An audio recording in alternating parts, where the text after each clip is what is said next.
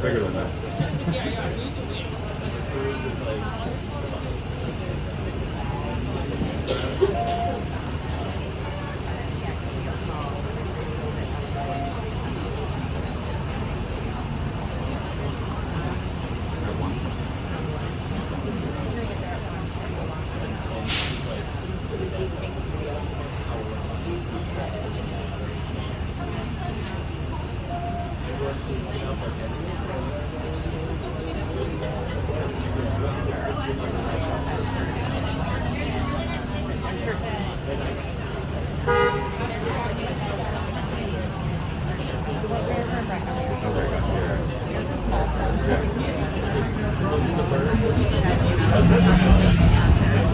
All right, you guys, let's get started. Also, if you have any questions, please feel free to ask. They have a march going on or something today, so a lot of our areas are closed. They had a, I'm not sure what kind of march it is, but I know they had a Chihuahua march yesterday. We missed that? So it was at the wharf at Stop 8, and I was trying to figure out why were there so many Chihuahuas, but now I know why. Here on your left, this is Hotel Harrington. This is the first hotel in Washington, D.C. to have air conditioner. Also, home to the city's first television station. They just celebrated their 100-year anniversary in 2014. Back then, a room with a running shower was $1.50, and a room with a running bath was $2.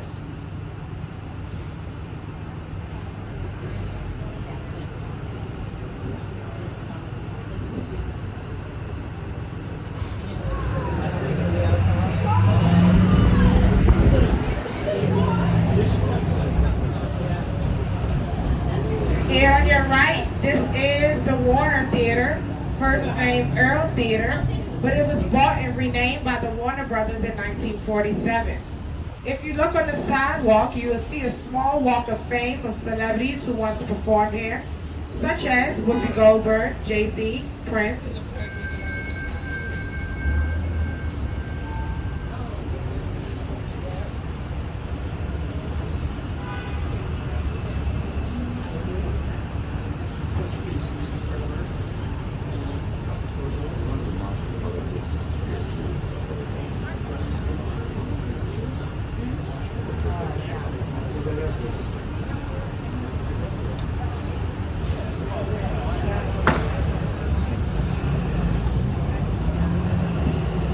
If you look on your left, you'll see a man on a horse. That is General Casimir Pulaski. He believed in the American Revolutionary cause. He also was considered the father of the U.S. Cavalry, and his birthday is the Illinois state holiday. This flat surface where you see all this stuff on top of it to your left is called Freedom Plaza. This is where Dr. Martin Luther King Jr. met with hundreds of people before leading them to the Lincoln Memorial for his I Have a Dream speech. On your right, you have the National Theater. This is where President Abraham Lincoln's son was watching the play Aladdin when his father was assassinated back at the Ford's Theater. The last president to see a show here was President Clinton on April 26, 1998. He came to see a show called Ragtime. Now this is the oldest operating theater in Washington, D.C., and it has burnt down 5 times. It has also been rebuilt in the same exact location each time.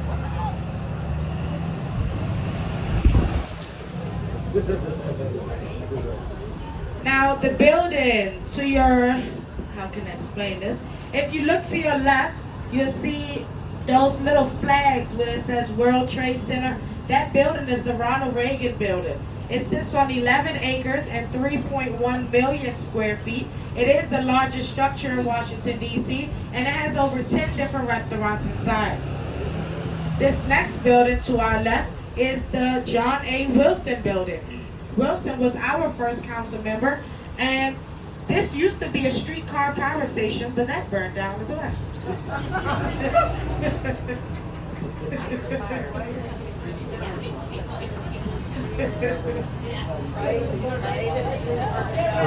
There's only one building that hasn't burnt down in Washington, D.C., which is the IRS building. That building never burnt down. Now the first stop is the White House Visiting Center. That is where you'll see the exact replica of the Oval Office in the White House. You can get a virtual tour of the White House and any information you need on the White House as well. Now on the way back, if Constitution Avenue is not open, I'll still take you guys past the White House. There'll be a better view anyway. So you guys will probably still be able to see the White House. Now to your left, this is the World War I Memorial. It honors the 4.7 million soldiers who went to war. Now the first soldier to die in World War I and the last soldier to die in World War I are both buried in the same cemetery, 6 meters apart, facing each other, and it was not planned. If you look at, is anyone going to the White House Visiting Center? No? Yes? If you look to your left, those 3 American flags on that building, right under it, you'll see a sign that says White House Visiting Center. That is where you'll go to the White House Visiting Center. That building is called the Department of Commerce. It is named after a former Secretary of Commerce, later on U.S. President Herbert Hoover. Herbert Hoover was credited with saving more lives than humane history. Someone was getting off here? No? Okay. I don't think I have. Let me let you know. Hi, my trolley is full, but the next trolley is literally leaving about 3 minutes. It's coming right behind me, okay? Now, Herbert Hoover was credited with saving more lives than humane history. He was an engineer that became an expert in moving tons of stuff to remote areas. That building forms the west end of the Federal Triangle. Herbert Hoover was also credited with saving over 11 million Russians from starvation. Now to your right, this is the Willard Intercontinental Hotel. This is where President Abraham Lincoln stayed 9 days prior to his first inauguration. This is also where Dr. King stayed to finish writing his I Have a Dream speech. Abraham Lincoln also stayed at the White House prior to his second inauguration. Now, when Abraham Lincoln was staying at this Willard Hotel, he was only paying $2.60. And he literally thought that was outrageous. So what he did was, he skipped out on his hotel bill. But he didn't run too far because he ran to the White House, and that's where they call him, and he had to end up paying his $2.60. Now you can find hotels for $18,000 a night. Like the old International Trump Hotel. Right now, it is called the Waldorf Astoria, but their presidential suite is $18,600 a night. I'm staying there this weekend, so I'll let you guys know how it is. Now, we cannot go to stop 2, so we're going to go straight to stop, no, we can't go to stop 3, so we're going to go straight to stop 4 and 5, which is the Union Station and Hyatt Regency.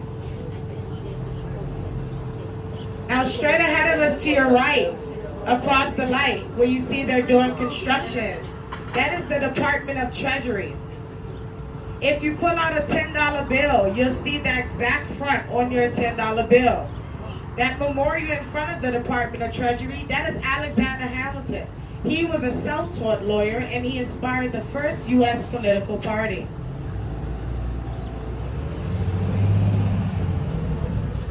You have a man on a horse to your left.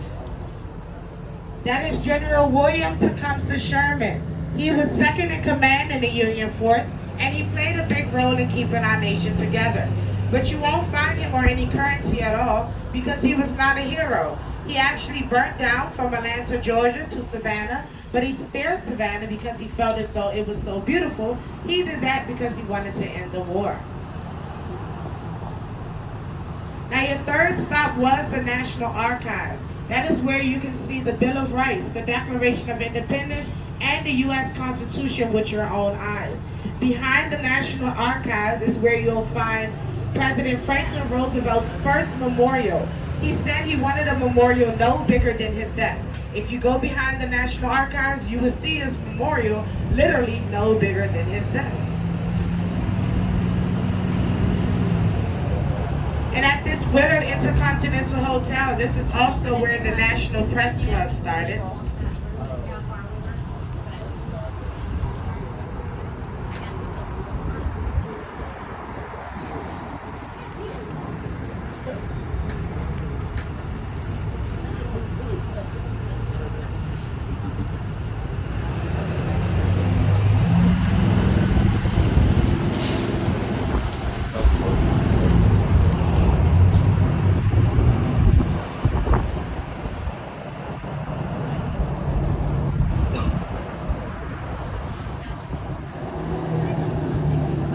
So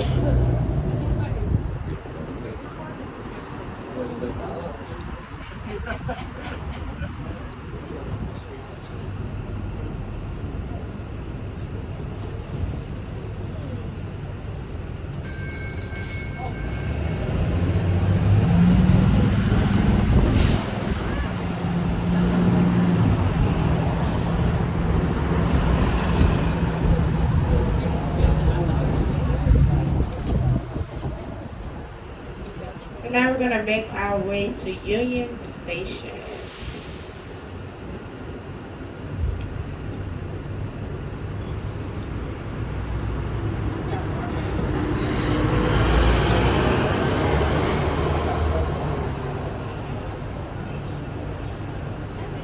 Now at Freedom Plaza, where Dr. Martin Luther King Jr. met with hundreds of people, right under that Freedom Plaza, there's a time capsule that will open in 2088 with Dr. King's Bible, robe, and glasses.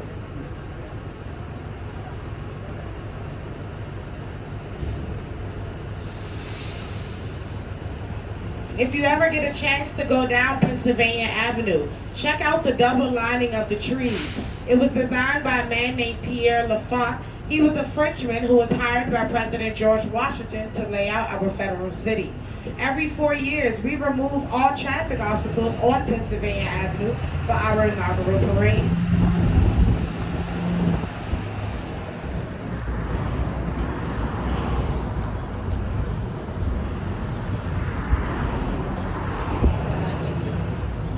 Now, I usually show my guests where to shop at the end of the tour. Sorry. But if you make a right and go down to the corner, you'll be at Saks Fifth Avenue and Nordstrom Rack.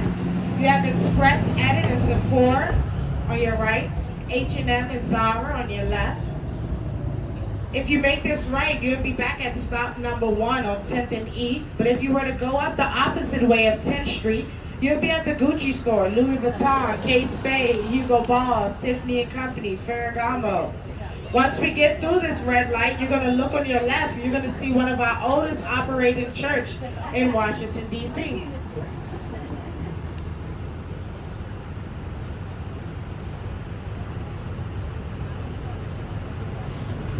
Here it is on your left, our oldest operating church in Washington, D.C.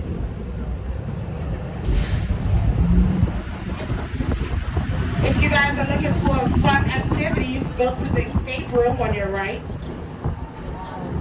I went to the one in Las Vegas. It was themed after the scary movie Saw.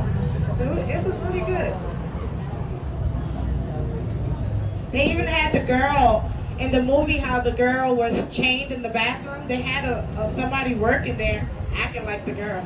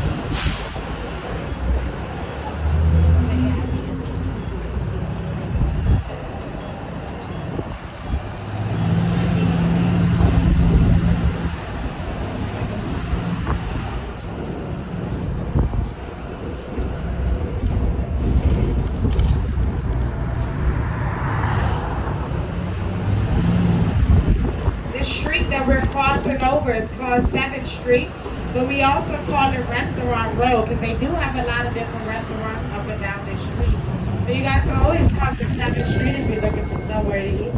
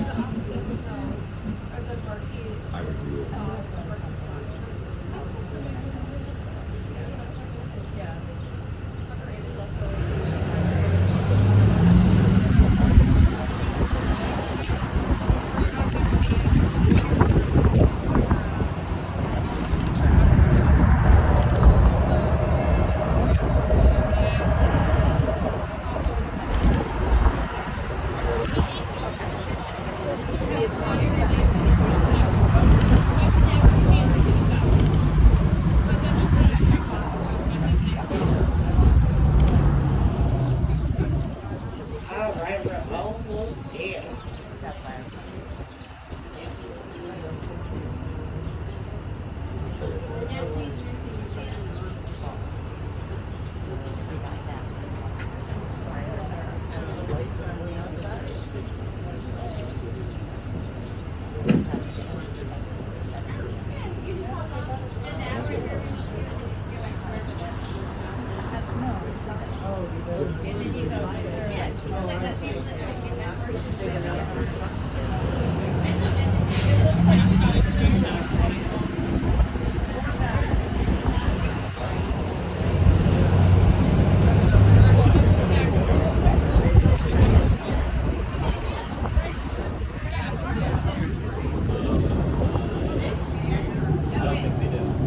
Once we get to the next slide, I'll start explaining things to you guys so you can actually see without even thinking about it.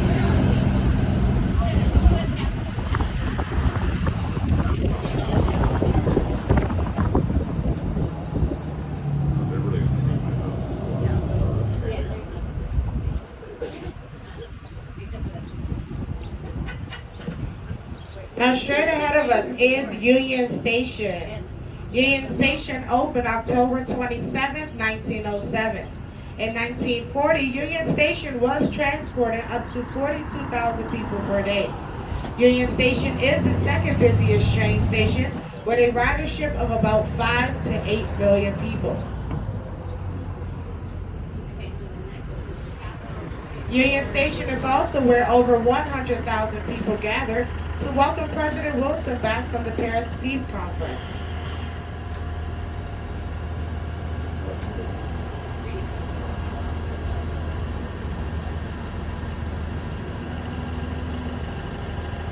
In 1953, right before the inauguration of President Dwight Eisenhower, a train from Boston called the Federal Express lost its brakes and crashed into Union Station.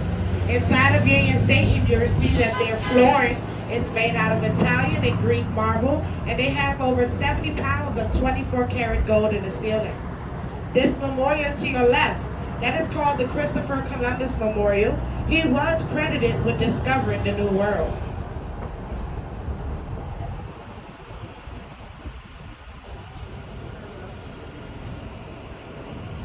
Now there are 56 flags around Union Station. 50 of them are for the 50 states, 5 of them are for the 5 territories of the United States, and the last one is for Washington, D.C. Now Washington, D.C. is neither a state nor a territory, and Washington, D.C. residents weren't even allowed to vote, even though they paid their federal taxes. That is not until the 23rd Amendment. Washington, D.C. name came from President George Washington and Christopher Columbus.